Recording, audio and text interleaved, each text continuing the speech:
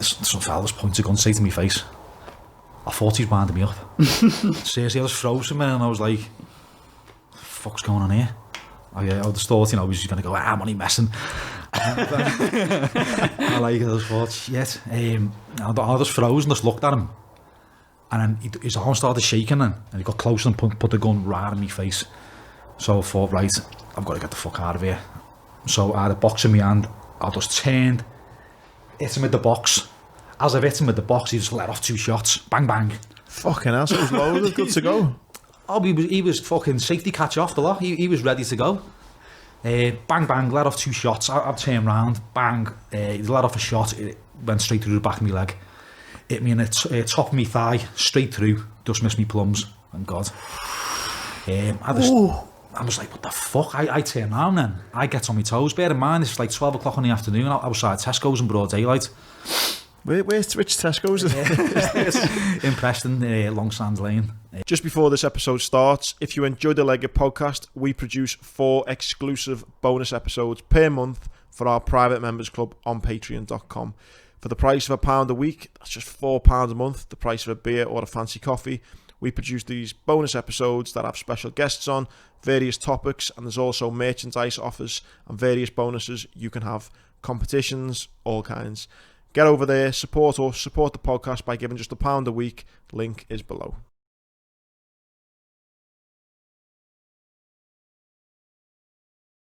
This episode of the podcast is kindly sponsored by Feel Supreme. Feel Supreme have been sponsoring the podcast for a number of weeks now. They're an incredible company. They've got the most diverse range of supplements. I've got some here, the CBD, which I've been taking, which is brilliant. The mushroom extract as well, which I've been taking once a day. They've got vitamin D3, vitamin C, a huge range of different health supplements, and you can get 10% off if you go to the code below, go to the link below, which is feelsupreme.co.uk/legit, and you get 10% off by clicking through and going through their website through that link below. Please support them. They've been a huge support of the podcast. They've got the most incredible products that I take daily, myself and Andy take daily as well. So anything you can do to support them ultimately supports us. Everything CBD, vitamin D3, vitamin C, which is obviously vitamin D3 massive at the moment, and vitamin C obviously really important for immune support. So go to the link below, click through, and you'll get 10% off your order.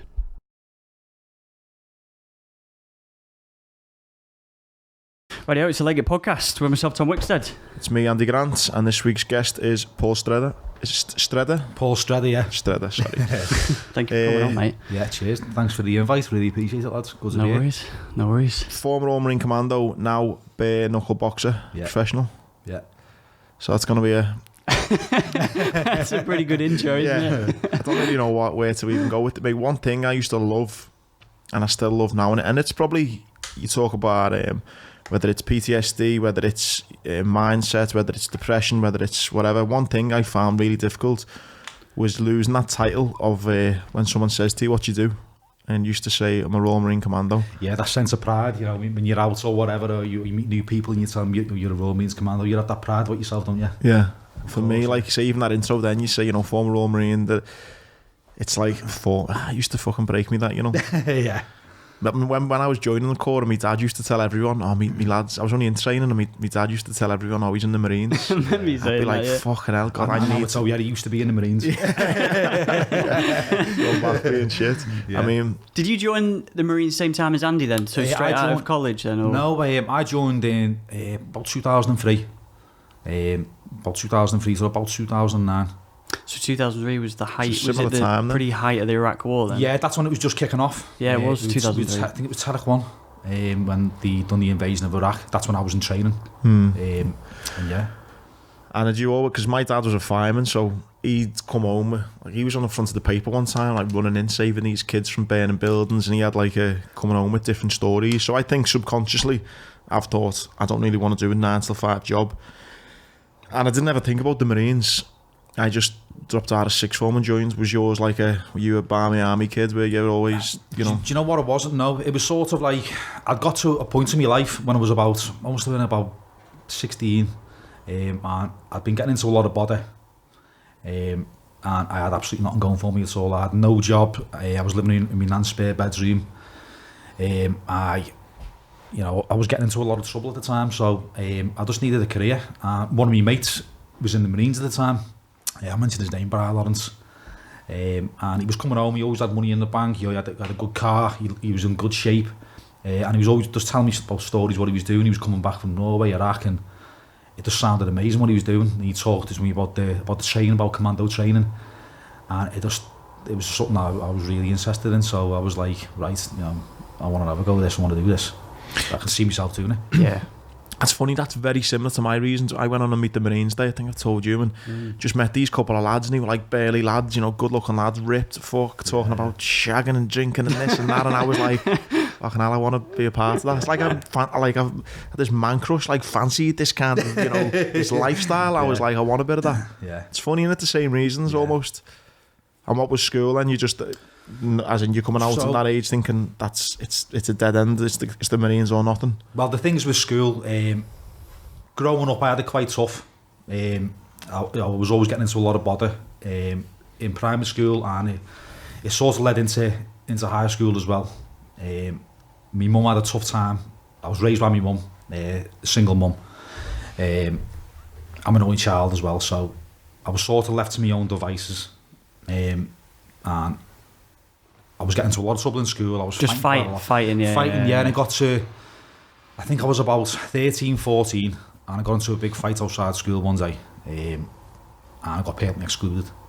So I was 13, I think it was 13, 14, year 9.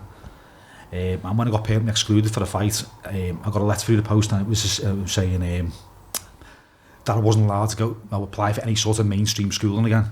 So the only way I could get back into school was to go to a sort of a link centre for 2 hours a day. It was quite a big fight, to be fair, with another lad. He was giving me a hard time, and also teachers got involved as well, and they couldn't break it up. So it was quite a bad fight. And did you enjoy school at that point, or was you not really that bothered? Or just like most kids, really, when your first couple of years, you just one of the lads, aren't you?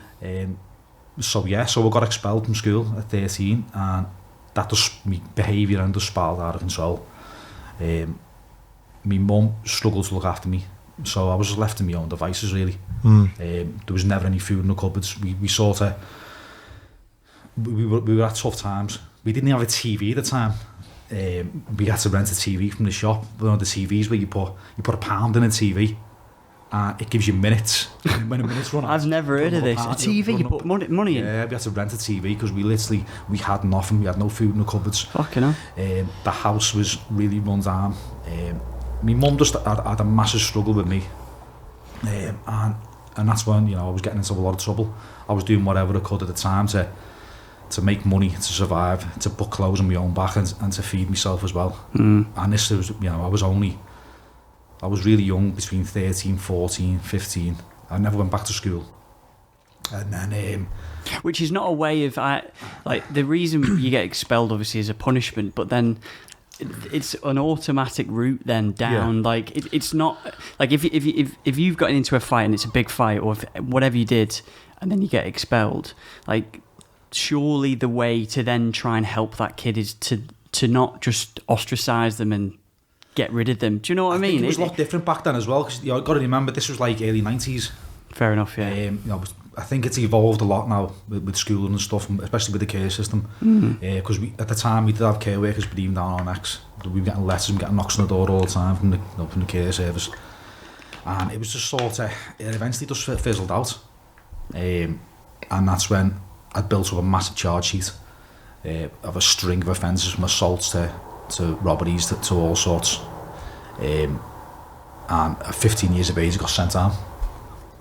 Went to prison, got sent down to it was YOY Warrington, and I served time in HMP Henley as well. Wow. What's that like at a 15-year-old? Is that like a kid's prison thing? Yeah, it's like a young offenders institute. I think my age group was from 15 to 18, but then when I got moved to HMP Henley, I was only in there for a short time, but that was up to 21. So I'm 15 years of age, I'm sat in prison now. All my mates from school, they're all doing their exams, they're all going off to college, they're all getting their apprenticeships. I was sat in a jail cell. Jesus, tonight. Yeah. That does sound mad at 15, doesn't it? 15 years old, that's young, that is. Yeah, because when you're 15, you're still only a baby, really, aren't you? Of course you You're are, a yeah. 15-year-old kid now, you know. I think you're a baby until like you're 21, 22. You know, you think I could go and do talks in unis and you see people and like so young still. Yeah. I think the big thing that when I think about the age of you is that it's the age of what other people are, 21. Like there's still a big age. Massive gap. There's a gap Even there. between the ages of, say, 15 to 18. You know, it's like in school, you know, a couple of years here, either way, below or older.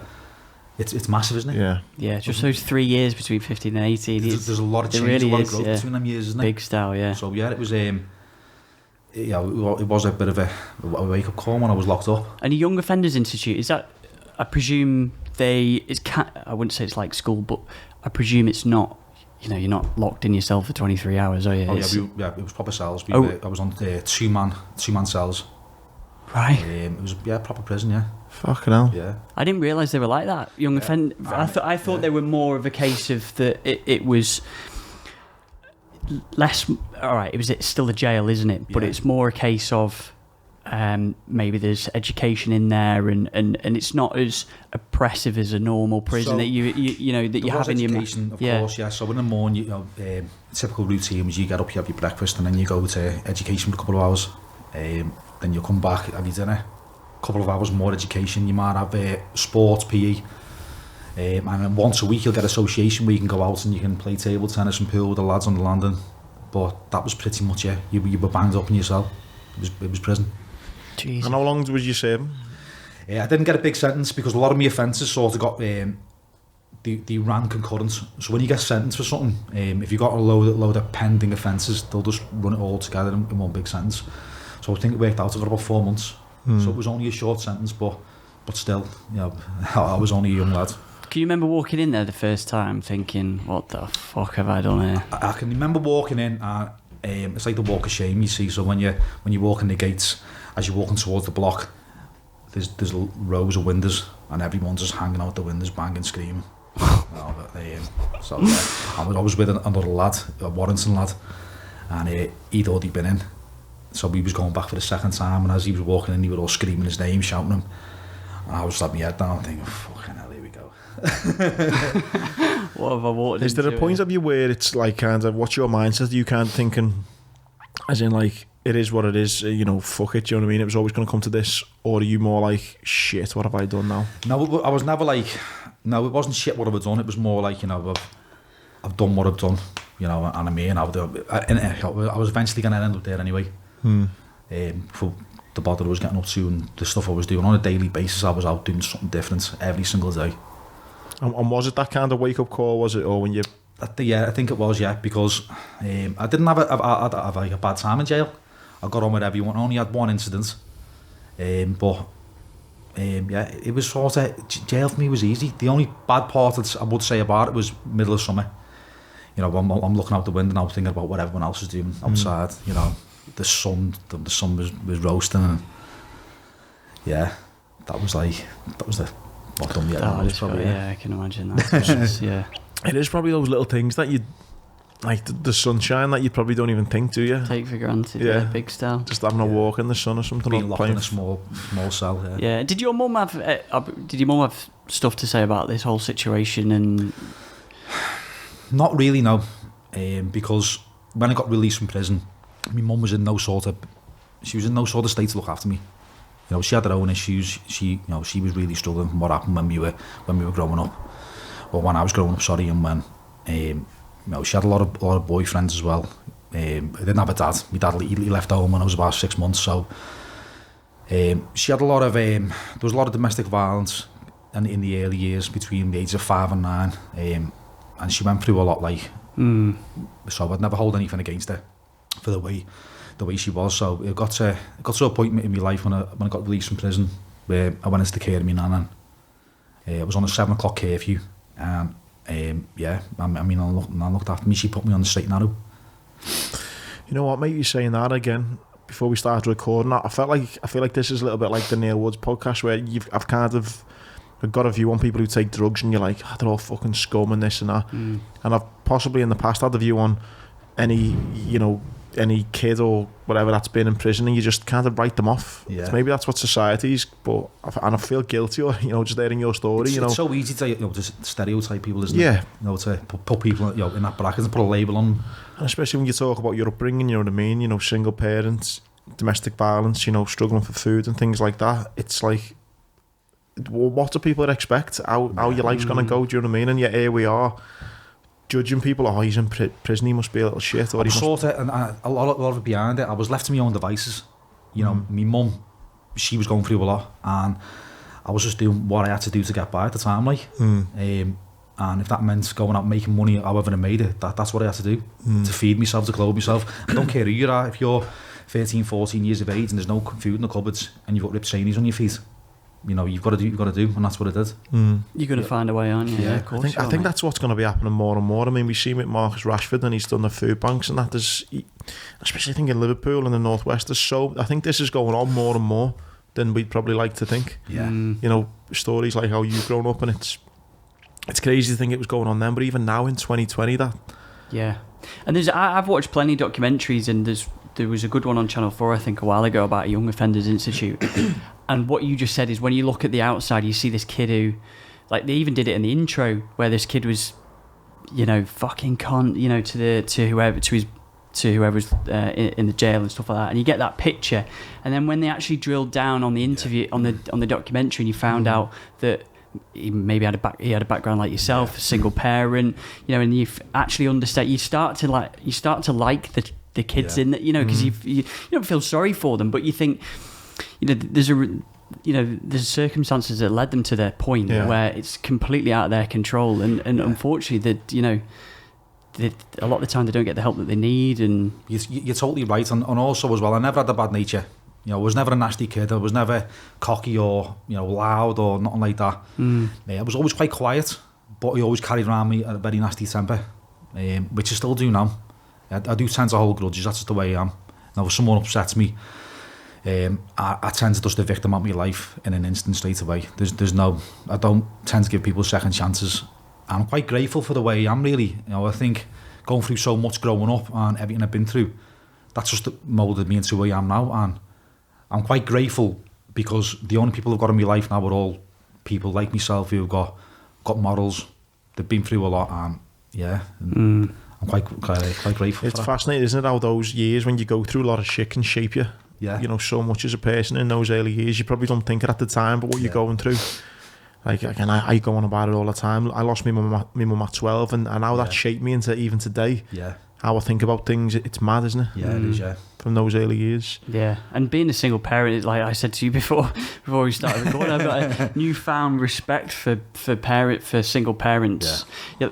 Not only the fact of being a single parent, but it's more, money plays such an important role in relationships, I find, and especially raising kids as well, and just not being able to have that issue, to have that problem of raising a child, but then also at the back end of that, no fucking money. No money. Like, it is literally the worst possible. Especially in the teenage years, because when you're a teenager, you want the new trainees, you want the new club, don't you? You want to be looking good. You walk around Liverpool 1, you see kids at 8, 9, 10 years old with Moncler jackets, and it's ridiculous. Do you know what I mean? It's insane, isn't it? And that competition between kids as well, is a big. Do you think that as well then, with all those the kind of issues and problems you had, even though then with your nan, was there a bit of the Marines then? I know you spoke to your mate, but was there a bit of that kind of lore of the escapism, a kind of new start? That most definitely, about getting away, just a fresh start, a new life. A career and a focus. Did the Royal Marines have anything to say about your convictions at all? Or? Yeah, well, we spoke about that earlier.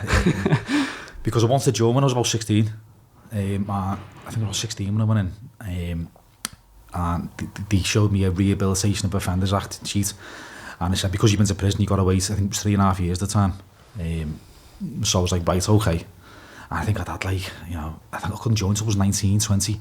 So I had to go away and wait, and I had that in my head that I wanted to be in the Marines, I wanted to do it, and I just kept my nose clean, just kept on top of my fitness, and I just had that vision and that goal to join the Marines. And the same day that my Rehabilitation of Offenders Act was up, I was down to that career centre. It's closed down now, the one in James Street. James Street, yeah. Just walked straight in and said, right. That's the one I went to. Yeah, I said, I want to join up and ready to go now. And I got sent out my PRMC. I was absolutely made up, like. It's good, mate. For 3.5 years as well, when you're that age, is a long time, isn't it? Was a long time. To stay focused. Stay focused, yeah. But I had a lot of stay focused on at the time. I was boxing. I was training. I got really stuck into me boxing, and I just stayed away from the distractions at the time as well, like leading up to it. I had that vision of what I wanted to do, so I just wanted to keep my nose clean, just not spewing it at the last minute. Yeah, I saw Anthony Joshua was on the TV yesterday, I think, talking about, obviously, with what's going on in the boxing gyms and things like that, and how much of an impact it's had, the boxing gyms, on him. Yeah.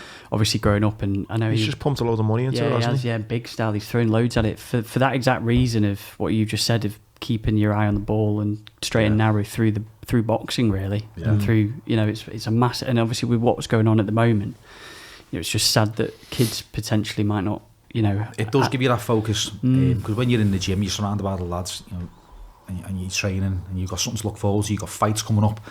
It keeps you grounded. It definitely saved me, the boxing.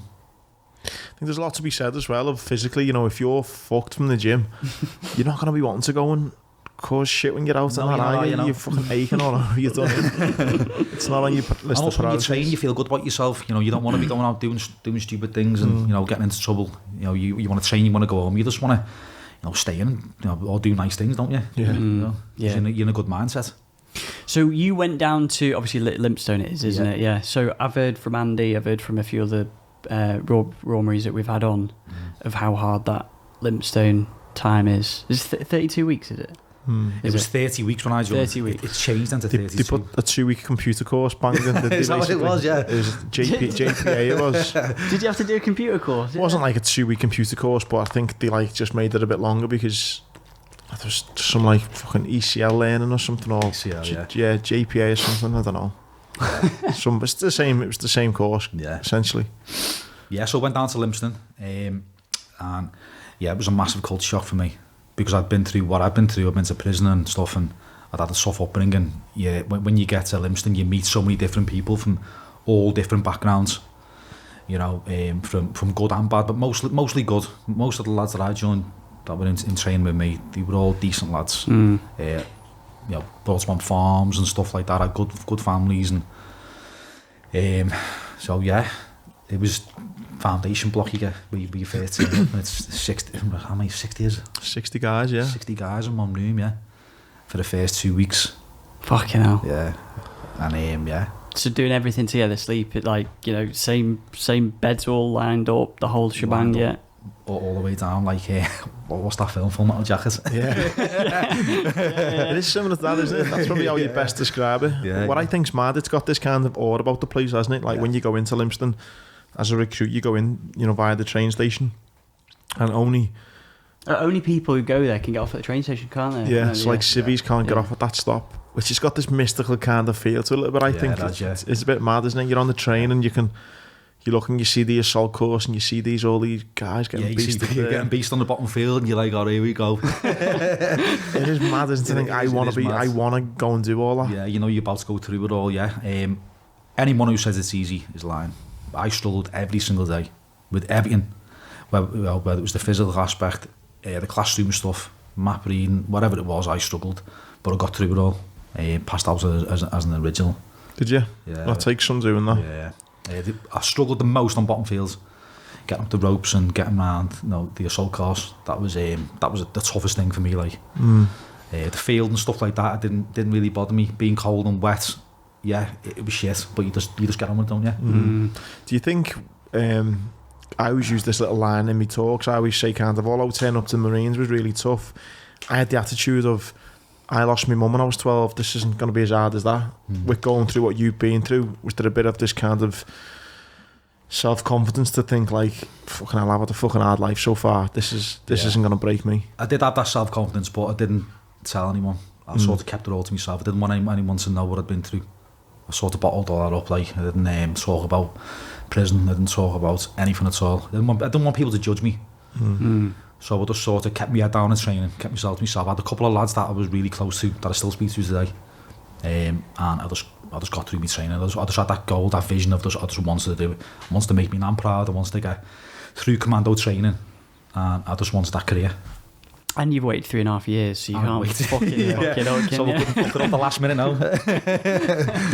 On the whole, mate, when I look back, I love training. Training was like probably one of the best, probably the best time I had in the Corps. Because you go through, you've got that end goal, that focus, haven't you? So week by week, you're getting closer and closer to getting your green beret. And you're, it's just, you have so many laughs. When people are getting beasted, people are making mistakes, and you're sitting there, and then all of a sudden it's you're doing press-ups. Yeah. You fuckers can stand by. You're getting thrashed. It's just, you make so many memories during training. That stays with you forever. Yeah, I feel like when you pass out of training as well, it's a bit like you can't really talk about training. It's like training ditch. You can't really talk about it too much. But it's like, it's so funny though, isn't it? Like, it's brilliant. Funny. And I can remember getting to the very end of training, and getting my green lid, and that was just like, it was a massive turning point in my life. Where when I got presented with my green beret, I just knew then that I had that confidence inside me then that I could do anything in my life that I wanted to do. It just gave me that sort of that lease for life from being where I'd been through my struggles in prison, and I was absolutely over the moon to make it out the other end and to have my green lid. Yeah. That career, do you know Paul Weiss? Obviously we've had him on that now. So you must have. How old's Paul? We've had him on the podcast before. Weiss, he got injured in similar time, but you left 2009, didn't you? 2000, might have been just after. Yeah. Right. Where did you go and serve with when you passed out? So passed out, went straight to FPGRM up in Commach. I was quite lucky, to be fair, because I got pushed straight on the FSRT team. Oh really? Yeah. So I was Sunshine. So just explain to people who. I was going to ask that. FSRT is it's Fleet Standby Rifle Troop, and basically what you specialise in is boarding operations, anti-piracy. So I spent a lot of time out in the Indian Ocean, the Persian Gulf, just doing boarding operations for small boats. Horn of Africa is big, isn't it? For Horn of Africa, yeah. Massive, isn't it? There, and we got loads of travel, seen loads of parts of the world. That was fantastic. Yeah, places like Singapore, Dubai. And we done a lot of partying as well. So why didn't you go to, if it was the height of just when Iraq was kicking off, then it just finished. I just finished. I think it just came to an end, and no one was going for a while. I think it was about another 6 months after I'd passed out of training. They were going to go and do a peacekeeping operation. It was 40 when I wasn't it. 40 Commando went out. Oh sure. They done a tour there, but it wasn't. The war pretty much finished. Right. So that's the reason. Yeah. So are you just patrolling? Obviously, big cargo ships. And... So we were based on ship. So right. We were based on Navy ships. Yeah. As a part of the crew, but we were just a 5-man team. And we'll be patrolling around the Persian Gulf, Indian Ocean, wherever, and then we'll just get a call. Right, we'll spot something, and then we'll just get lowered into the water, and then we'll just fly out on the ribs. Was it ribs? Yeah. Fly out on the ribs, and we'll just board them. You hook a ladder on. Bear in mind, the sea's bashing you up and down. You have to be trained on how to do the boardings, and you just climb the ladder straight on, search them.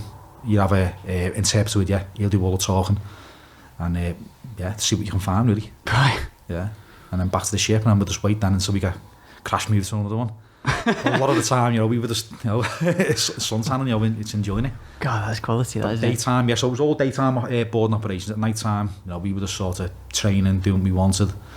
2-cam rule. Is that what did the obviously? Because when I was in Afghan, obviously it was nothing but on ships and stuff. It was all 2 cans you're allowed. Well, you meant to have 2 cans, but yeah. Rule, yeah. Ways and means around it. Yeah. When we had James Ketchell on the podcast, and he got rescued in the Indian Ocean, I think, when he was rowing across it. Yeah. And he got rescued by an oil tanker in the middle of a storm, and I remember him saying how fucking mental it was trying to get onto that tanker. Yeah. Obviously there's a big difference, isn't there, between, but that during the height of a storm on a little rowing boat, in essence, trying to get onto a tanker. Yeah, you've got to time it right. As soon as the water rises, you've literally got to be off the boat straight onto that ladder, and you've got to get up there as quick as you can. Because if you're not up there quick enough, you know, you can be knocked straight off the ladder, and then you're in the water, or in the Ogden, as we say. Yeah. But I thought with the piracy thing, obviously I've watched Captain Phillips, so obviously I imagine it's not too similar, but is that I always thought with the piracy thing around Horn of Africa, it was little tiny skiffs, high-powered skiffs, nailing it towards a big oil tanker. Yeah, well, I'll get onto that as well. Like, because after I left the Marines, I went into the Maritime Security done after about 2 years. Right, I was team leader for a company called Solace, and that's what we were doing. We were on the merchant vessels, going round the Horn of Africa, down towards Tanzania, Kenya, and then back up towards Oman. Sometimes we'll go across to Sri Lanka through the Suez Canal, and basically what it was, our procedure was, if we're approached by anything, was to basically show the weapons. 9 times out of 10 they'll turn around and they'll go, or they'll keep coming, you fire a flare, and then they'll know then you mean your business, and they won't bother. So I've done it for about 2 years, and I never had any instance. Really, nothing. So, I was quite lucky. I've heard lads say that is that once you just show the weapon, the pirates will just fuck off. There's something still like, there's something like 80% of cargo ships out there still haven't got people on board. Yeah. So some of them at the time were having fake weapons. They had like plastic weapons, so they got to show them up. Why did you get real ones? Also mini flares. No, they're scared of the mini flares. But yeah, we had decent weapons. We had all top kit.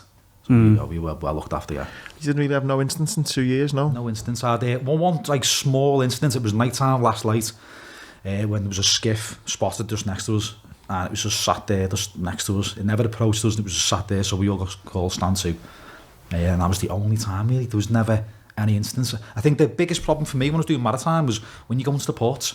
Because when you go into the ports, you've got to declare your weapons, and a lot of the ports we go into, the likes of Mozambique and South Africa.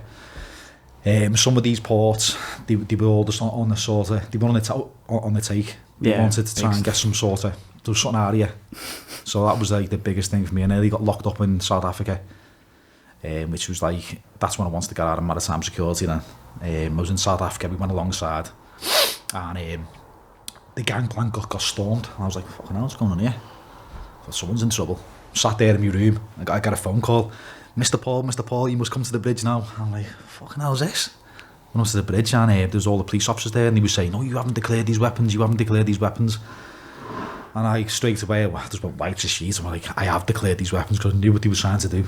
And I thought if I get banged up in South Africa now, I absolutely shit myself. So I was on the bridge, and I was like, it's all been declared. Here's my emails. I showed all my emails. I showed everything about the ammunition, about the weapons, about all the kit we had, helmets, body armour. And then they turn around and said, right, well, we're going to check your story, and if it doesn't marry up, we're going to be back here and we will be arresting you. And he pointed to the captain, and I will be arresting you too.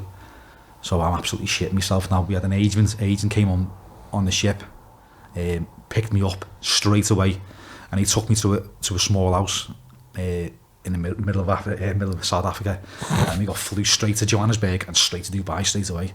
Just we weren't taking no chances at all. Like, I was on the phone to the office saying, "Girls, want to come over?" I think they're gonna lock me up here. So is that what? So when were you on like an oil tanker then, or were you on like a cargo? No, that was a container vessel. Yeah, it was all different vessels. It could have been anything. It could be oil tankers, chemical tankers, container vessels. It could be anything. So every time you go into a port, you have to then declare those weapons. Declare all the weapons, for the purposes that the firearms. Basically, firearms. You've got to declare your firearms when you go into another country. Right. So and apparently we never. That's crazy, isn't it? So going back to the core, that was that's what I've done. But afterwards, yeah. No, it's incredible. I always say, obviously, back in, I think 2014 was a big year for piracy. Yeah.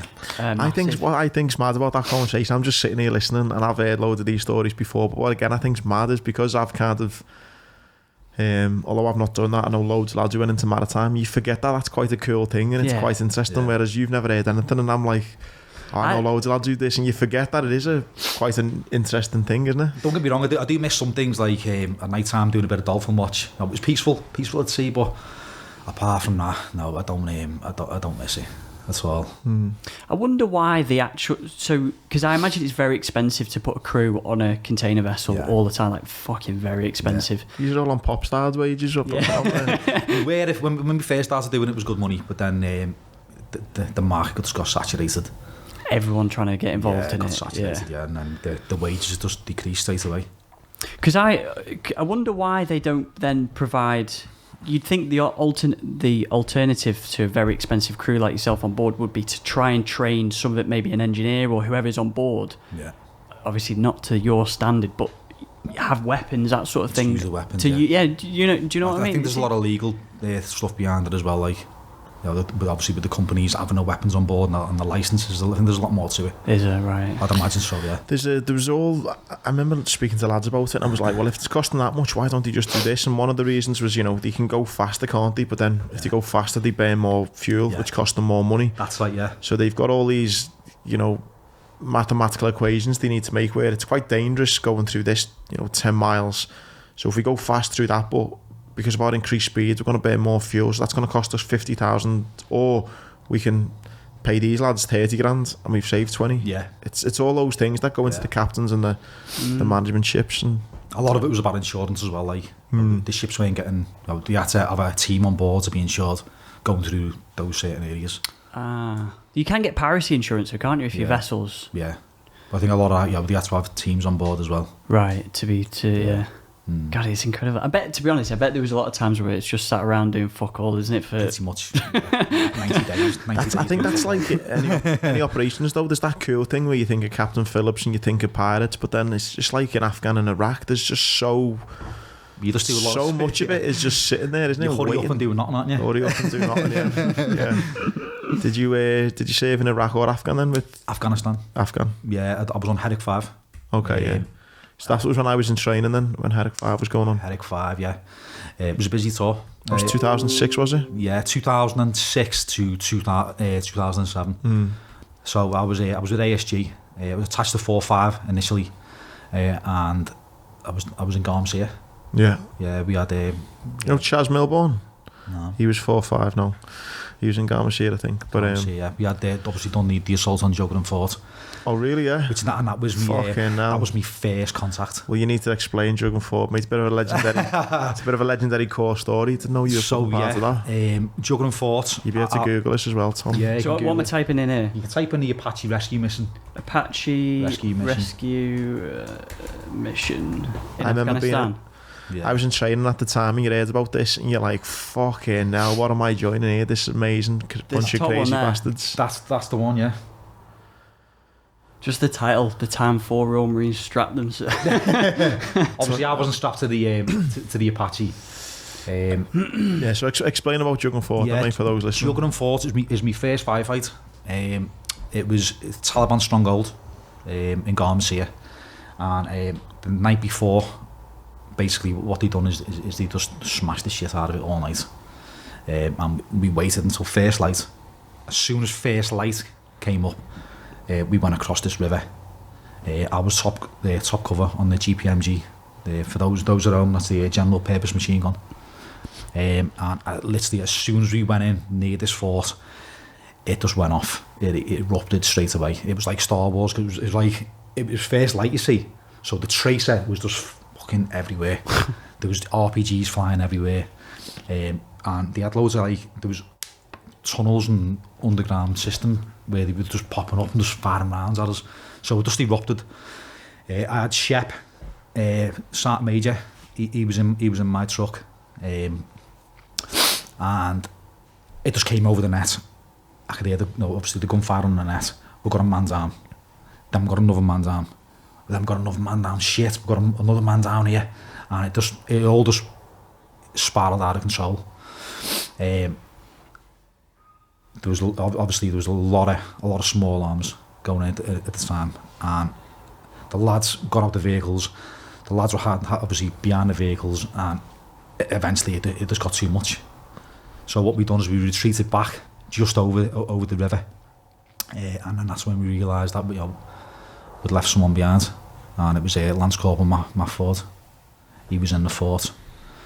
So on his own. Yeah. He was one of the lads that got shot, Right. Yeah, he got caught with some small arms, like, and that's when they sent the Apache in to get him. The Apache went in, the 4 lads strapped to it. They got him out the fort, and we were all sort of just waiting at the back, just by this river. As it got closer and closer, we weren't sure whether he was dead or not. We just weren't sure. And as he got closer, that was it. We knew. Yeah, he was gone, like. For those who don't know as well, the Apache helicopter, it's an attack helicopter. It's there to just bring hell to the enemy. It's not there to carry passengers. And the fact that lads were, volunteering themselves to strap themselves to this helicopter. Yeah. Because there's no seats for you. You're strapping yourself to a wing. How did they do that then? I have no idea. They sat him on the wings. They strapped him to the wings and they sent him in. You got a picture there. Oh yeah, fucking hell. And yeah, they just went in. They found 40 inside the fort. And then they hooked them up to the Apache and they got him out of there. I can always remember though, when we first went in, I've still got the smells there. I can always smell the burning fields from the night before, the damage they done to the fort. I can just always remember that. The smell going in, that fucking... Right, it's going off now, and the rounds coming in the first time you're in a contact. When the rounds are just missing your head, they're just whizzing past your ear. It was, it's something I always remember that. Welcome to Afghanistan kind of party for you. Yeah, it was like my welcome party, yeah. I was pretty much the very start of my tour as well, so I knew I had another 6 months on after that, 5-6 months of just madness, yeah. How was your touring? I know that was a fucking pretty heavy situation to first go into. I mean, I never experienced anything like the stories I've heard at Juggling Fort, but I mean, how did you find Afghan as a whole? I found when we were in Garmacia, we weren't in that many contacts really. There was a lot of like firefights, 1J tackle and stuff like that, and we had a couple of mine strikes. But when we went into Sangin, we were working with the army lads down the Anglians. I think that was around where Fob Inkerman was established around in Sangin. I think we took over from the Anglicans. It was when Ross Kemp came out as well. Yeah. And that's when we got into a lot of scraps then as well. Like I thought he'd done a great job, Ross Kemp. Yeah, he did. Yeah, he done a fantastic job. I've not heard anyone say a bad thing about him, but I just think in general, he of all the stories and programmes and documentaries of Afghan, I think is probably the most real. Yeah, he doesn't like being called Phil Mitchell either. Doesn't like being called what? Doesn't like being called Phil Mitchell either. No, I'm Grant. You're Phil, aren't you? And I thought his documentaries were great. Yeah, I enjoyed them. Yeah, I think because you see some films, especially. I know films aren't meant to be, but you think that would never happen. Whereas his, I think, was dead on the money. Yeah. But the one thing again, when I passed out, the lads had just got. I passed out, and it was basically either go to Afghan or Iraq, and I went to Iraq. I come back from Iraq, and the guys had just got back from Herrick 5, and most of it was just like, yeah, it was a good tour. Loads of firefights. There wasn't that many mine strikes. Yeah. And on the whole, I think it was viewed as a pretty enjoyable tour for the lads. Yeah, it was. Yeah, it was more small arms and like more. There was more contacts. Where the fight with you. I think it was sort of after maybe 7 or 8. Maybe your tour was 9, wasn't it? Where it was just literally IEDs, mines. You couldn't move anywhere, could you? Whereas it wasn't really like that on Herrick 5. Yeah. An enjoyable tour then. It was an enjoyable tour at times, yeah. Yeah. It was, yeah. You take the good with the bad, don't you? Obviously, Juggling Fort, when Forley died, that's something that stuck with me even till this day, like. I struggled to deal with that at first, and I still do now, like. Yeah. It was obviously just the shock of being on the ground and taking casualties and being that was the first fatality. Yeah, it must be, especially, obviously I've never been in a war, mate, so I don't know, but if you've been with a mate in the morning and then in the afternoon he's not there, do you know what I mean? That must fucking, Jesus Christ. Yeah, I always remember going back to the gun line, and his kit was just packed up. I looked over his kit, it was his Bergen, and it was all mine taped up, ready to go on the helo back to Bastion. I was thinking, fucking hell, he's not here no more. His family at home now, they don't even know he's fucking dead. And I sort of just let it play on my mind a little bit as well, but you shouldn't have really. Yeah. I can remember we all got round and we were all talking about it, the lads afterwards, and I could see the stress in some of the lads' eyes. Some of the lads who'd just been on the ground fighting, I could see the eyes were just bloodshot and with stress, and everyone was like, really fucking cut up about it. I think for me, when we didn't have we suffered our first casualty, as in just even injury, it was a good maybe 6-8 weeks in. It wasn't maybe as quick as you, and I always remember being I was on R&R actually. I was in the UK, I had 2 weeks at home, and I was due to fly back out. So I'd been out there since September, October time, and this was now December, and no one had been injured, and it was all like, this is great, we'd killed a few Taliban, we'd had some successful little ops, and it was a few little scary moments, but in the whole it was, this is alright. And on our flight back from the UK to Afghan, found out 2 of the lads had been injured. One had lost an arm and a leg, and the other had lost an arm. Sorry, another lost a leg. And that was then, it's like similar to what you were saying, it's like, fuck, it's serious now. Like, serious, people are getting hurt now. It's no joke, This isn't... Because I think when I was on the Herc 5, we never expected it to be the way it was. I think that was the first sort of tour where there was contacts. A lot of the lads that went out there on that tour hadn't been in a contact before. None of us had. Contact's obviously a firefight. And that was a massive shock to a lot of people. A lot of people were getting their rounds down for the first time. And I don't think, when people were catching it up and people, were getting injured, I just don't think we sort of expected it to be to that extent. I don't know what you're... Yeah, I mean, the funny story I've got about that is I was in one of the Sangas, and for me as a young lad, despite my age, was super experienced after like 4 or 5 months. And I remember one of the older lads come running into the Sangha when we were getting attacked. And he'd been in like maybe the course 17, 18 years. And he was going, fucking hell, Grant, I've waited my whole career to do this. And I'm looking at him thinking he's meant to have, being there, sitting and got the t-shirt, and yet here I am, as a 20-year-old Marine, You've been there, done it. And I think that's what, the lads with you and they're after those maybe 5, 6, 7, 8 years. I think lads crammed so much things into that and gained so much experience than they might have did from the previous 20 years. Yeah, definitely, yeah. And when it was mad to think, like you say, young lads are then suddenly, boom, and you've got your corporal sergeants and everyone above you who maybe haven't really got that experience. So I'm not sure, I know there was... The lads on Telek had a tough time as well, but I don't think the war fighting to that extent hadn't been seen, had it? Since maybe the Falklands. No. I don't think it had it. Oh, is it that bad? Yeah. I mean, Afghan, and again, I can't speak of Iraq. When I was in Iraq, I was never in a firefight in Iraq, but Afghan, mate, and speaking to lads who had done Iraq and other bits and bobs in Northern Ireland and stuff. Yeah, it was proper war fighting. Afghan was just like another gravy, and it was... And it makes me proud to think that I was a part of it, because you do look back and you think, fucking hell, like it was no one's experienced it. It's definitely the tick in the box, and it's definitely, especially if you're in the Royal Marines, you want that experience. You want it.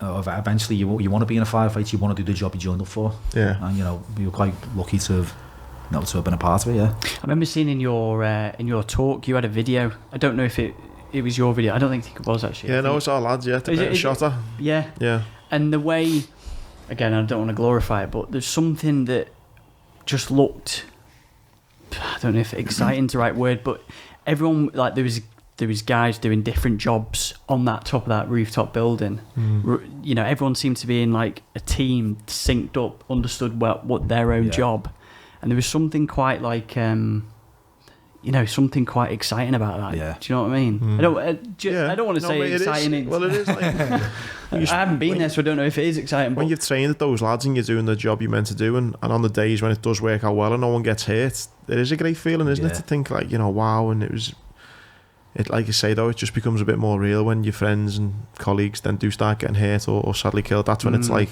it starts becoming, this is actually dangerous. Yeah. Rather than just rather than just the fun and being with the lads and beating doors in, you know what I mean? I wonder if a lot of people, because if I lost a close friend out there, I can imagine becoming extremely angry in terms of I want to fuck shit up. Do you know what I mean? Yeah. Becoming very bitter.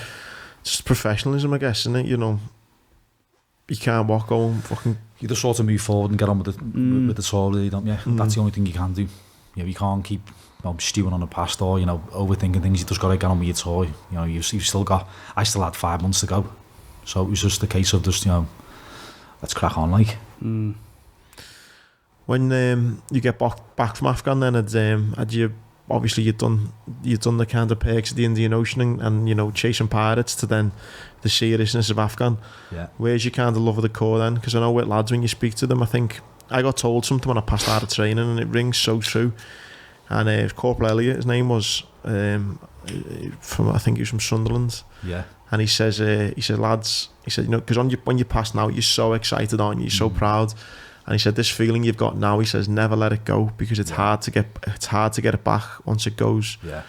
And I think you see lads when they get back off tour, it's if they've still got that buzz, or whether it's like started to lose it a little bit. How was you kind of on the back? Yeah, of I just sort of, I think when I got back from that tour, I wouldn't say I fell out of love with the Corps. I just sort of, I thought, I'm done now.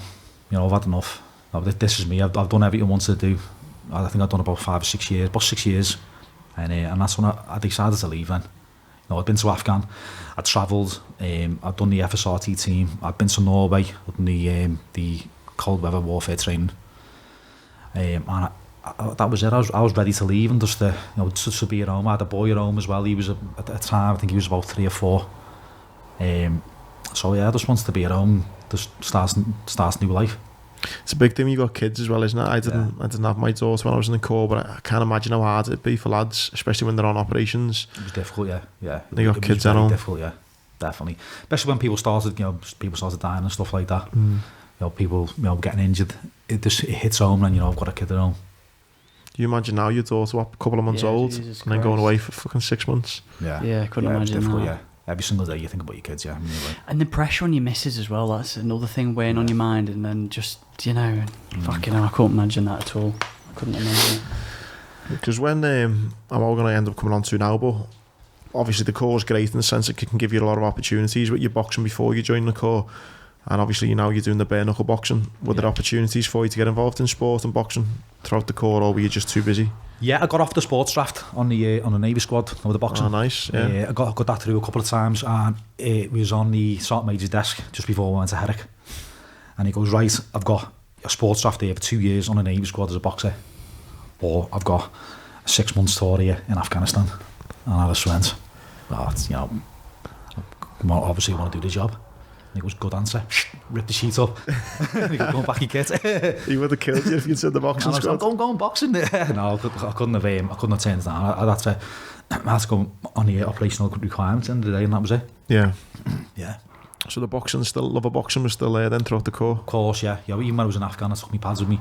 Really, yeah. When we were in Garmsea, in a DC, and any downtime we had, you know, I was doing pads with the lads. Nice. I always kept on top of my boxing.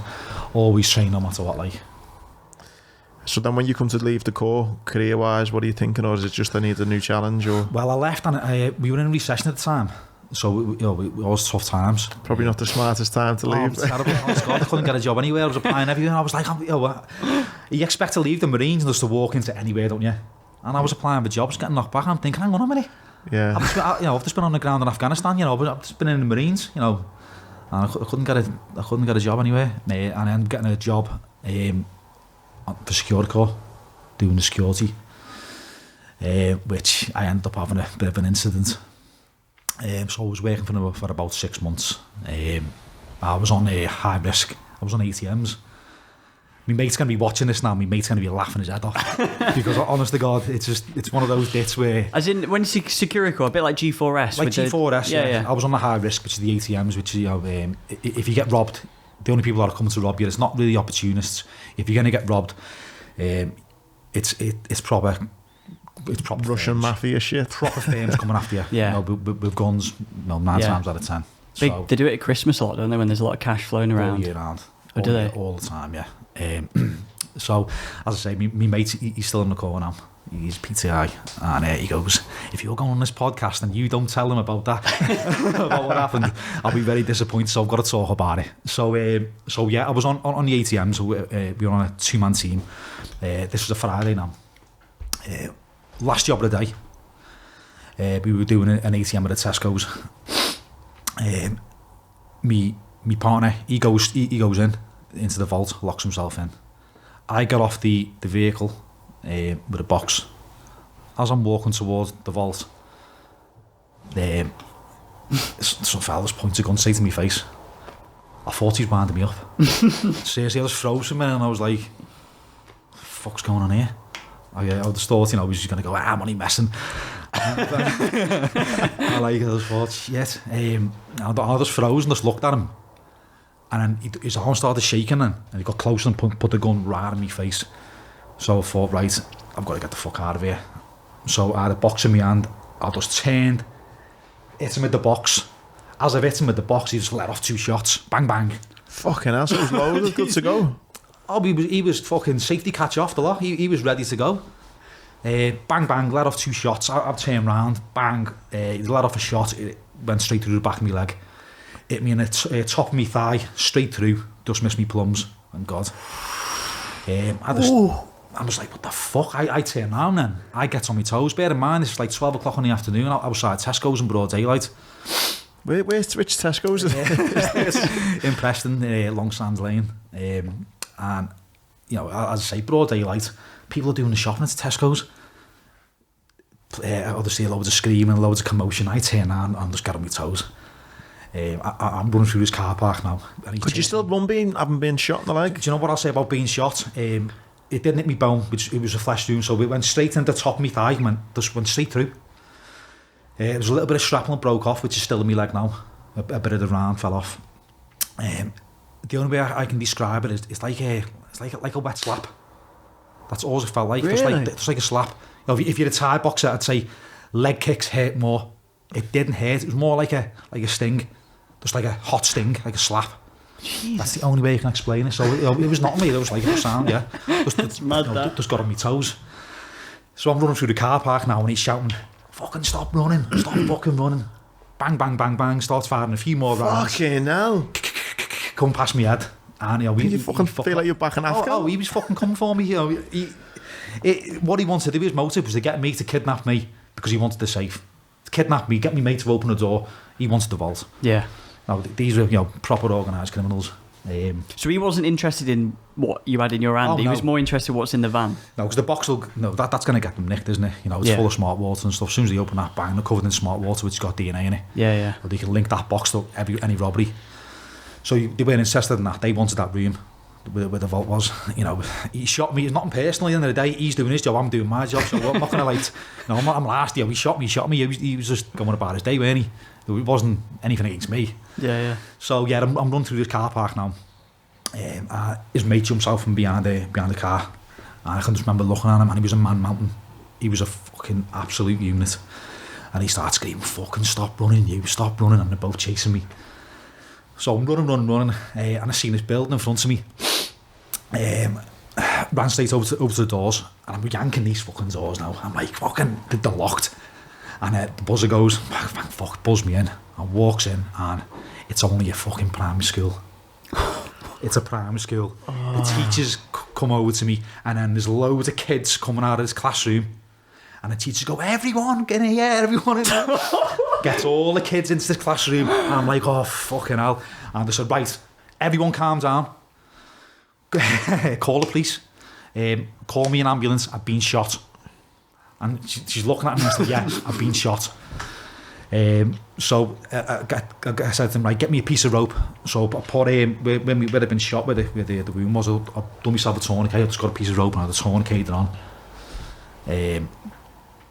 And it was just pissing fucking blood all over the place.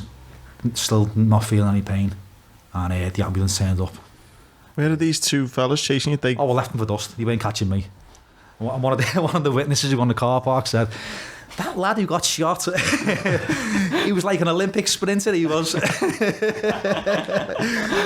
Oh, yeah, so yeah, I got away. And, how mad's that to go through everything I did in the Corps?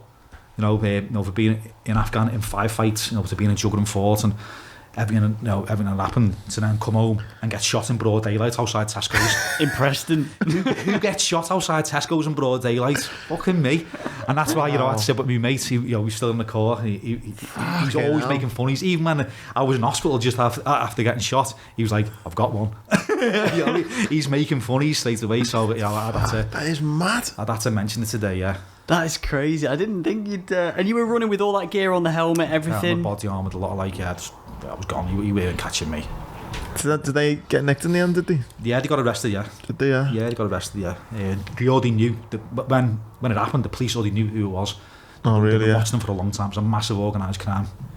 That's fucking mad. That is crazy, Yeah, isn't they're it? based in Manchester. There was a lot of people involved in it as well. So surely I'm guessing that you're thinking, right, I'm getting out of this secure. So yeah, I was like, fucking hell. I was on buttons as well. Like the only reason why I went and done it was because I couldn't get any work, couldn't get nothing at all. So it was just like sort of just a job. That's all it was like. You imagine the amount of people within that company who would have just gone, yeah. I mean, to be honest, I would have, mate. If someone's older gone, it's not my cash, is it? I'd have gone, fucking have it. I just didn't want to be getting fucking kidnapped, and you don't know what they do to you, because some of the attacks, some of the lads had a tough time where like they were getting tied up and doused in petrol and all sorts. Like, so I just wasn't going to be that guy. There was no way you weren't catching me. There was a big, I don't know if it was Securicor, but there was a big one down in Heathrow where they got like 60 million. It was an incredible amount of money where it was. Is it Securicor that you worked for? Yeah. Yeah, G4S. G4S. And it was like it was like one of their main warehouses where I think all the cash went into. Yeah. I remember seeing a documentary, incredible, and how I think they got about £60 million out of that. There's millions and millions in them belts, yeah. I know what you mean though about you don't want to be that guy, but when it comes to, as actually, you know, the stuff I remember in, I think I might have told the story to you, Tom. I remember being in Sainsbury's once, just before I joined the Corps. I worked there on the produce aisle, and someone had robbed a steak and was bombing it towards the entrance, and I was by the front door, and like the manager in Sainsbury's was going, "Andy, stop that, man!" I'm there going, "I'm not fucking rugby tackling someone over a fucking bit of steak. Do you know what I mean? It's not my fucking job." And I just carried on me fruit, put my apples and pears away, and that was about it. That was it there. Securitas depot robbery. Yeah. 2006, they left the depot with £53 million in cash. It was the UK's largest cash robbery, and the gang left behind another 154 million, only because they didn't have room to take it. Yeah. Wow. The arm. Did they get away with it, did they? I don't think they did. No. So There's five people convicted. About me as well. Like, it was all over the news and BBC. Was it? Yeah. They done a crime watch reconstruction as well. Oh, they asked me to go and do it. I was like, I just don't want to be involved. You know, I said, I've been shot. Don't work for you no more. That was it. I'm done.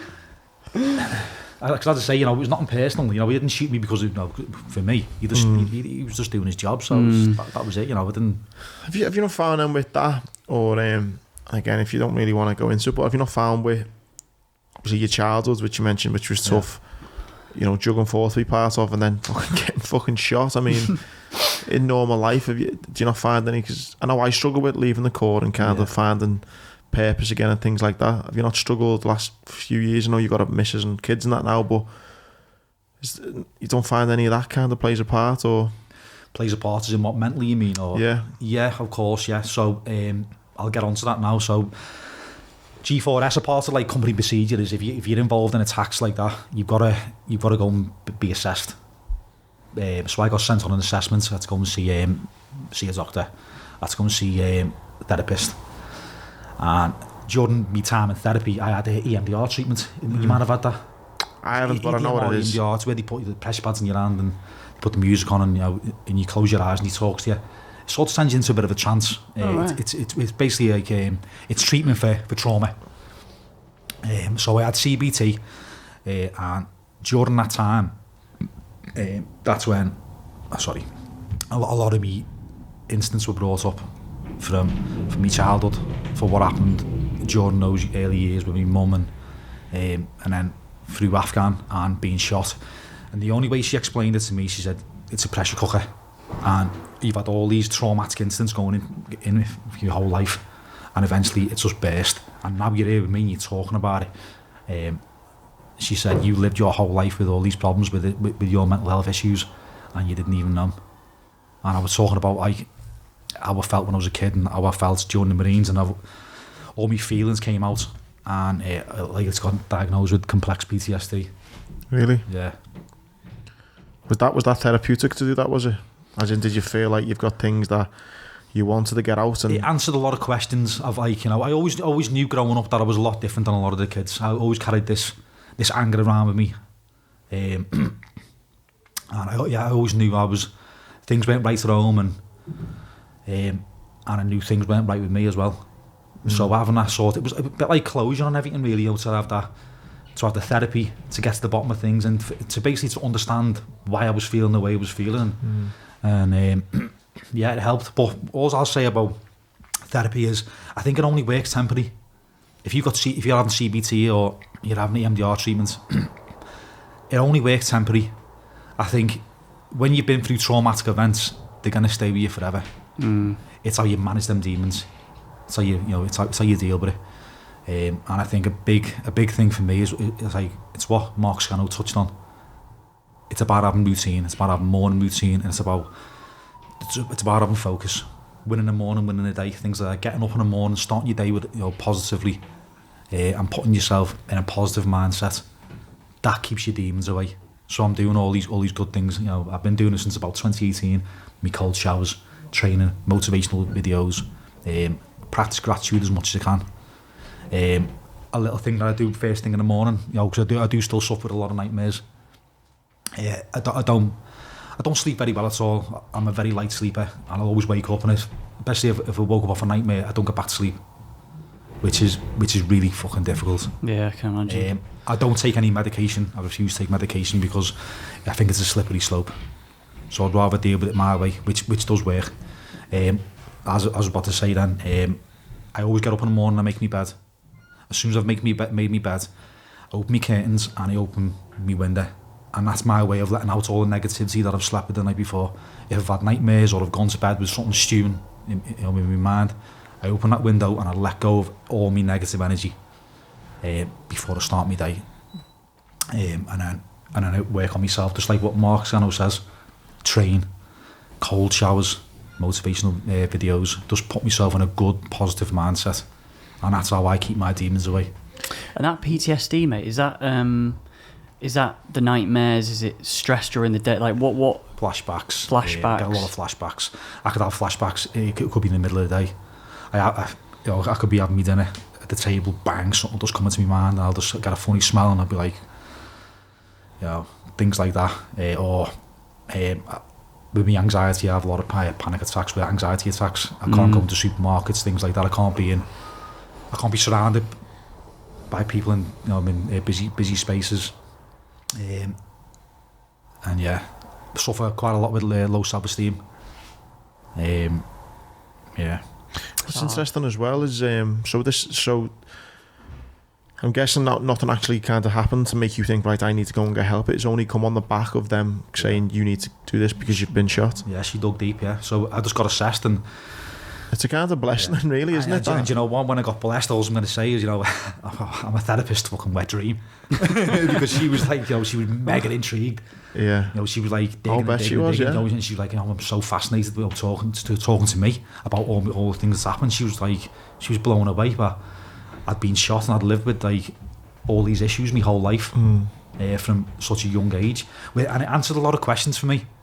As soon as I found out, when she said to me, you got complex PTSD, you've had a timeline of events through your whole life, which are just all mounted up.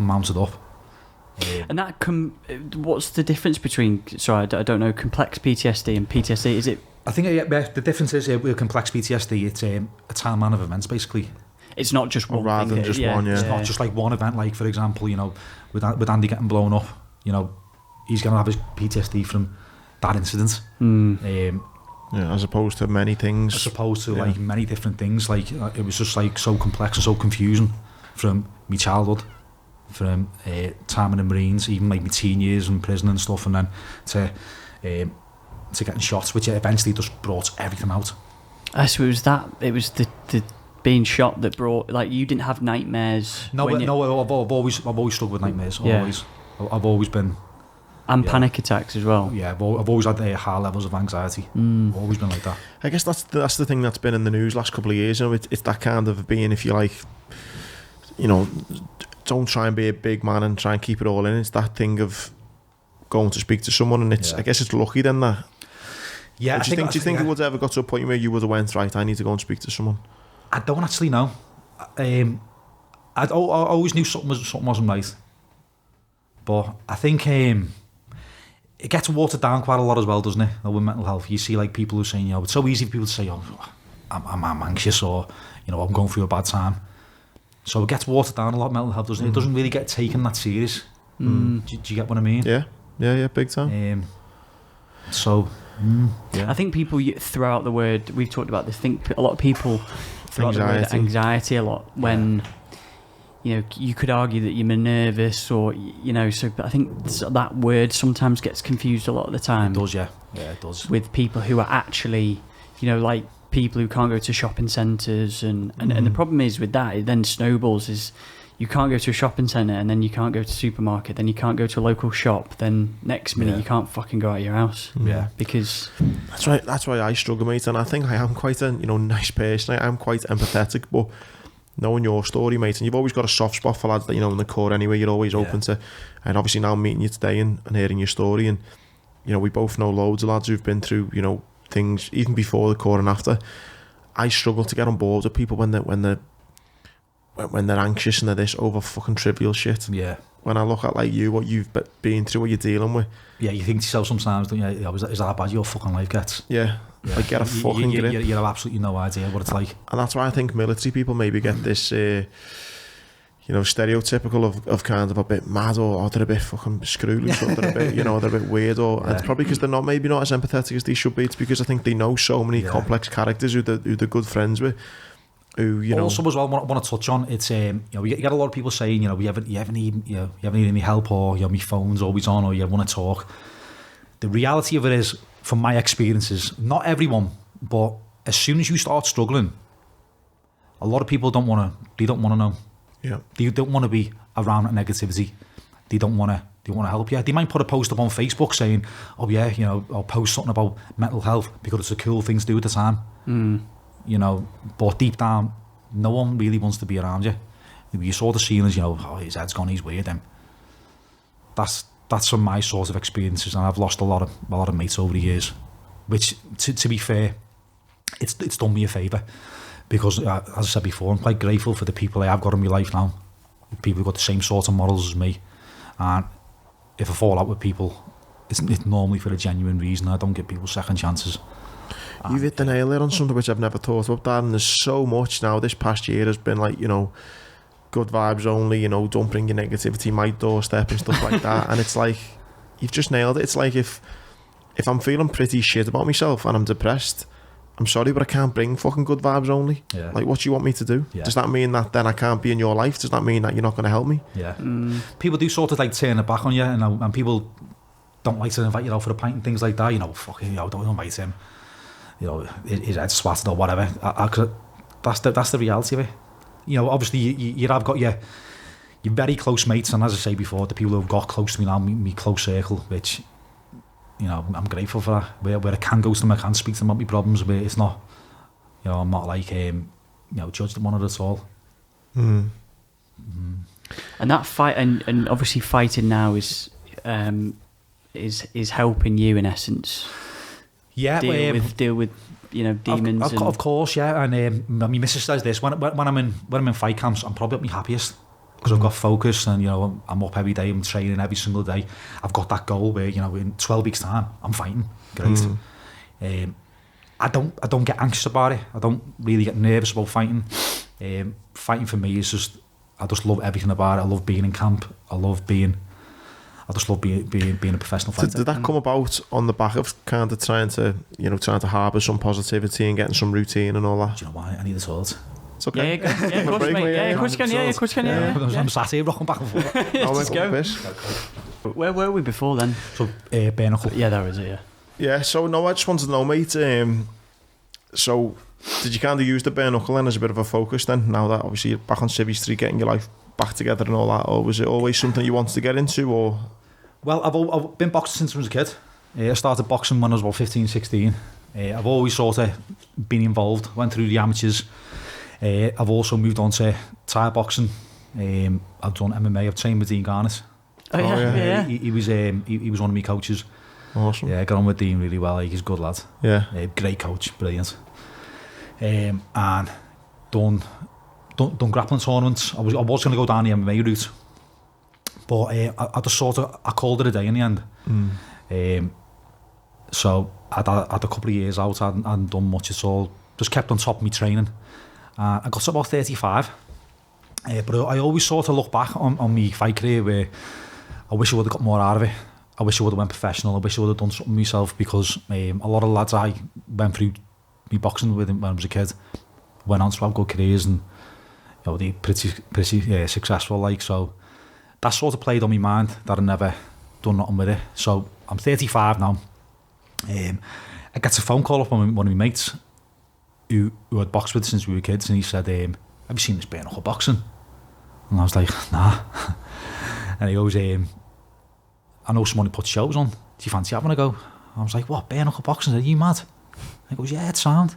And I just thought, oh, yeah, whatever. Just put the phone down, forgot about it. And then I was seeing clips of BKB. This is like BKBTM, is like the biggest bare-knuckle boxing company in the world. They started putting shows on in the Echo. And is it not illegal? I'll get to that in a minute, but it's fully legalised, yeah. And I was watching it. I'd just seen the sport sort of evolve. Cause when it first started out, it was in barns, in hay bales, and then it evolved then into what it is now. It's a fully legitimate sport, fully legalised. The company that I'm contracted to, they've got an exclusive deal with the London O2. So all their shows now are all put on the London O2. Wow. They're all on pay-per-view.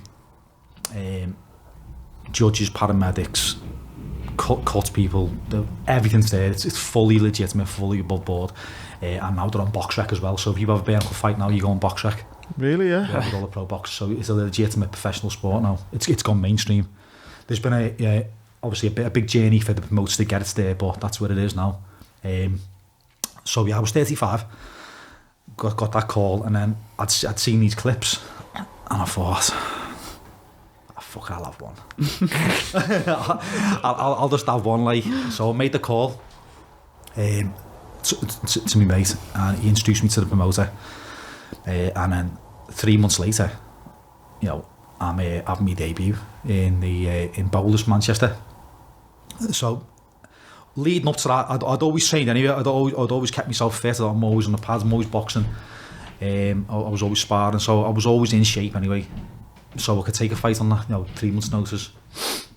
So gets the Bowlers, gets me hand wrap, and they wrap your hands, your wrist and your thumbs, and it's solid. So when your hand gets wrapped, it's like a brick.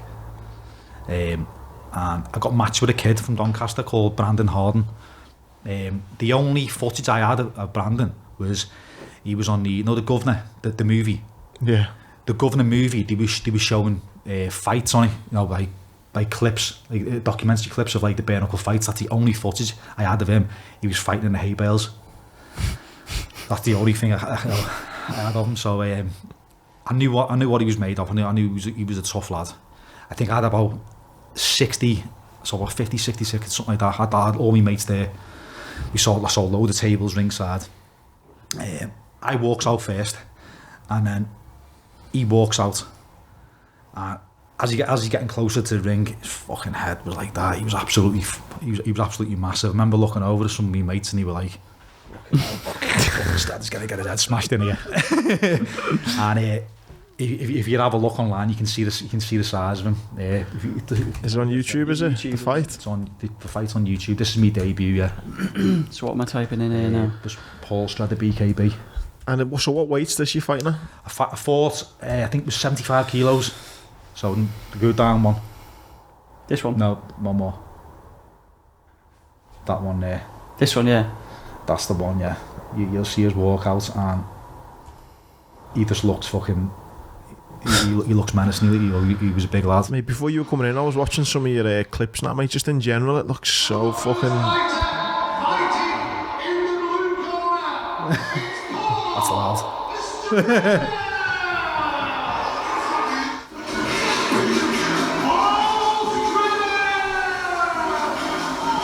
What type of buzz you getting from that?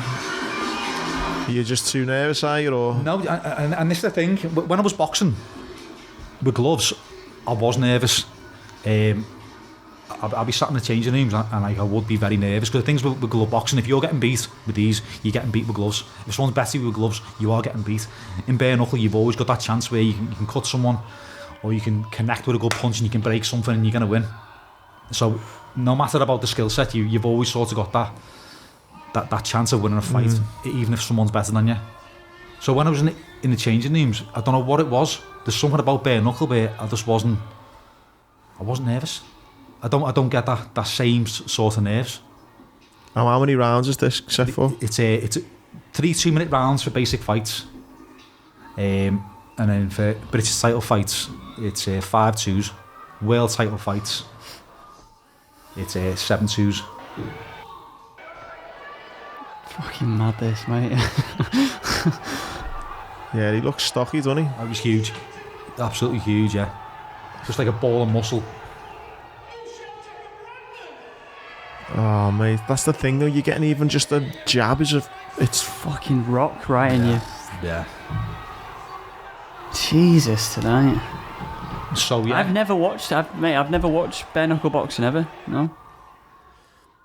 And when can the fight be stopped then? With cuts, certain cuts to get stopped? with cuts. In this fight, I got cut pretty bad.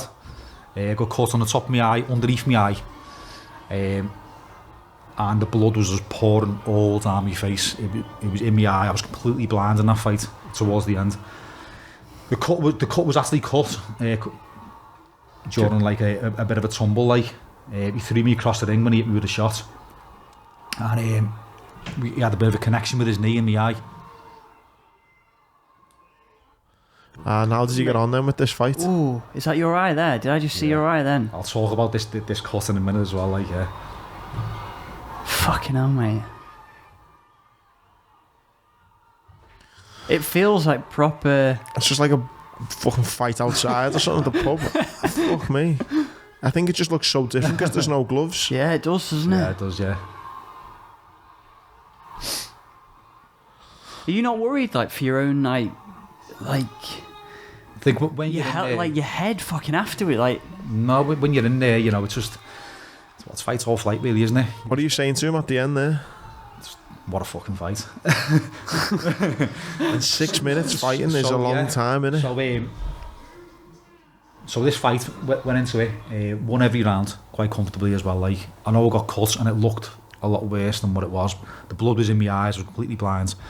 And I got the decision. And all these pictures after this, it sort of went viral. It was popping up on newspapers like the Mirror and the Star. People were sending me cutouts saying, "Oh fucking hell, you're in the paper here, you're in the paper," and I was like, it all just sort of blew out of control. Do you know what I mean? I didn't expect it to be like that. You know, it was just a fight. That's all it was for me. What were the newspapers trying to spin then? Were they trying to spin? It was good and bad press. Right. It was good saying, you know, about bare knuckle boxing, just saying, you know, this is a new sport that's evolving fast. But then there were other ones saying the underground, the bare knuckle boxing, and the brutality of it. But yeah, so after that fight, my picture was popping up all over the place, and then I spoke with Jim Freeman. He's the promoter for BKBTM. That's the biggest company in the world at the moment, fully legal, and he offered me a 2-year contract to go and fight down in London in the O2. And I was like, fucking hell, I wanted one. But I was thinking, you know, fucking hell, I'll give this 2 years now. Now, opportunities like that to fight professionally on such a great platform, I just thought, let's do it. Like, yeah. So when was this then? This was 2019, I think it was. So you're under that contract now? Is it? Yeah, I'm still under it. Yeah. I'm still under it. Yeah. And how many more fights have you had? I've had 3 altogether. I was due to have my 4th fight in it was April, but I got injured, and plus COVID started then as well. Like, so all the shows have sort of been, you know, been sidelined. And what's your record so far then? So won one, lost one. The stoppage on cuts, so that goes down as a loss too. Yeah. But the stoppage on cuts, my last one, I was ahead. I was controlling the fight. I was winning. But it's just, you know, unfortunately, I got cut, and he done what he had to do to cause the damage. Yeah. I had nasty cuts. I do cut quite easy. Your face doesn't look like cut up like... Oh, cuts of ribbons. I've got scars on the top of my head, all on the top of my eyes here. There's loads of scar tissue. It just opens up straight away. What does your missus think about you doing this? she's happy because I'm happy. It's given me that focus. When I'm in camp, I'm happy. You know, when I'm training, I'm happy. You know, I'm a fucking better family man when I'm training. Because, you know, I'm grounded, I'm in with the kids, I'm not out with the lads, I'm not going out for a drink. You know, I'm eating healthy, and I'm just fucking happy because I've got that end goal, but in 12 weeks' time, I'm going to go and have a fight. You know, which, like, you know, it's that excitement. I love everything about it as well, because it's sort of given me a new lease, you see, because I thought my fighting was over. You know, from being in my mid-30s, I'm like, fucking hell, always thinking about, like, I wish I would have went pro, wish I would have done this, wish I'd done that. So, doing this now, it's just like, you know, I'm just loving every moment of it, like. Even the shit things are good. Do you know what I mean? Mate, they must look at you and just, when you got the shorts on and, you know, your fucking head's battered, you got a gunshot wound in you.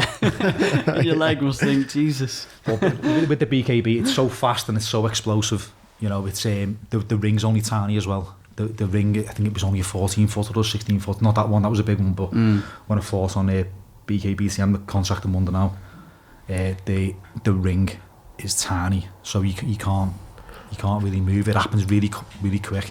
Before you know, you smack, you've been hit with something, and it's just you're just in that in a fight. It's completely different than boxing. You can't literally block and you know, you can't, you know, stand off and you know get your rounds out. You've got to, as soon as the bell goes, you've just got to get stuck in. You've got to hit him before he hits you. Because as soon as you get caught with a big shot, you're gone. Yeah, you're going down or you're going to be cut. So it is very fast and it's very explosive.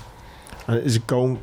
It's growing all the time, I'm guessing. It's growing so fast now. It's not just, back in the old days, it was more about, you know, tough guys or, you know, local hard men or, you know, in the booze and things like that, or lads who've had a couple of fights, or even travellers and stuff like that. That, you know, that was their thing, Bareknuckle. Now, it's attracting professional athletes from all different backgrounds. You've got UFC fighters now that are currently into it. You've got professional boxers, professional K1 fighters. It's attracting people from all different sorts of backgrounds. And what's the money like in it? You don't earn a great deal at all now. It's not about the money, especially not for me anyway, you know. I'm just thinking about, like you're saying, it's attracting. Is it attracting that these big fighters because of the money, or just because it's the kind of brutality of back to caveman kind of times? It's more about the purity of it. You know, getting in and having a bare-knuckle fight. You know, I think being a bare-knuckle boxer, especially on that platform, you know, no one can take that away from you. Win, lose or draw, it's not even about the wins or the losses. It's about the journey. You know, it's about the experience, and you know, it's. You know, I recommend it to anyone who hasn't had a bare-knuckle fight, or if anyone who's a boxer or a Thai boxer who thinks, well, you know, I'd recommend it to anyone. I'd love to see some of these YouTubers that are calling out these. Yeah, that's another fucking level. That what's the what's kind of your goal? And just you're doing it because you enjoy it. What you want to get out of it? What's the kind of end goal? I'm 38 now. And I've always said no one's going to punch me in the face after 35. Now I've just moved the goalposts there. I've said 40th birthday, no one's punching me in the face after I'm 40. So I've still got a couple of years to play with. You know, I'm going to keep it real. I'm not going to be a world champion. I just want to fight. And I'll fight absolutely anyone that they put in front of me. I don't care who it is. I'll fight anyone on that roster at my weight. I'm just happy just to be getting in there and just enjoying the journey. Just being a part of the sport, you know, and creating my own legacy. Mate, it's brilliant. It really is. I do believe, you know, I've got those a couple more years left. I've got to wait till obviously 2021 now. I've got to clear from a doctor from an injury. I had a fracture in the back of my skull, so I've got to get cleared, and then hopefully pick where I got left off. I wonder if it's hard for them getting sponsors, as in big sponsors, because I imagine big sponsors probably have that air that they don't want to, you know, with bare-knuckle. I think it's sort of frowned upon, but the way the sport's evolving and growing now, it's changing so much now. I can see people get involved a lot more. Especially now it's gone mainstream. You know, it's on pay-per-view. You know, I made me debut for BKBTM on Sky TV live pay-per-view. Right.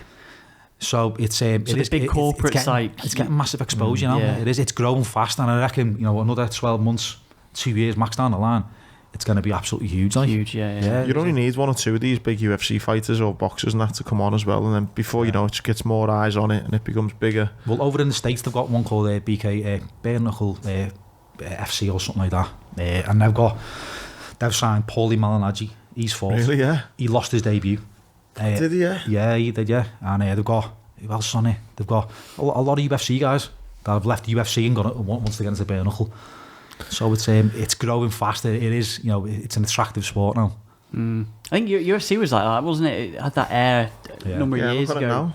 Yeah, exactly. Yeah, people. I think it had that because it was like cage fighting. It has that air of that. I think maybe because the word cage was involved in it. But now look at UFC. Jesus Christ. Yeah. I've watched it with my missus. I think. Yeah, I've been looking at your timeline and stuff, mate, on YouTube. It's anyone who's listening to this, you need to go on YouTube and have a watch of it, mate. It is mad, isn't it?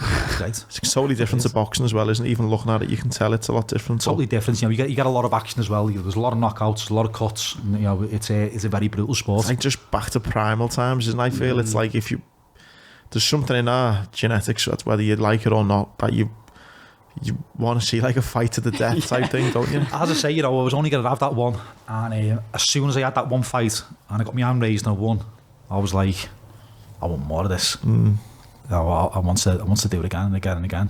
It just becomes addictive, even though it's so fucking dangerous and it hurts. Every time you get hit with a punch in there, it hurts. Oh yeah, you're getting busted open, things are swelling up. Your hands. That's another thing as well. Leading up to fights, I do a lot of conditioning with my hands. So I'll start dropping my glove size down because my hands have got to be, they've got to be conditioned, they've got to be ready, because when you're fighting Bareknuckle in there, you're bouncing off heads and fucking elbows and all sorts when they're trying to block. So you do sustain a lot of damage in your hands. So as I was saying, so I drop my glove size down. So I'll start with 16s, then I'll go to 14s, then 10s, and in my last couple of weeks, I'll just put MMA gloves on, and that just gets me used to clenching my hand on impact. And just toughening all the ligaments and the tendons in your hands. Just so when I'm in there, I don't care about smashing my hands to bits. I'd rather throw punches and smash my hands to bits and win than be too cautious about breaking them. Yeah. If that makes sense to you. Yeah. Mate, it takes a fucking certain mindset to want to do that, mate, and fair play to you. You've got to have that mindset in there because, it is kill or be killed. Yeah. That's the way it is when you're fighting Bareknuckle. Listen, Paul, mate, I didn't quite know where this pod was going to go, mate. All I knew was I wanted to hear more about your story, and I'm glad we made it happen, mate, because I think what you've overcome from your childhood, mate, and I think it shines a lot of light on the problems that we're seeing now, thanks to COVID and just poverty in general. The impact it's going to have, just unfortunately, a lot of kids growing up, like, in the experiences that you've been through. And I think for them, any one young person, can see what you've come through. Yeah. The success you've made serving your country as a Royal Marine.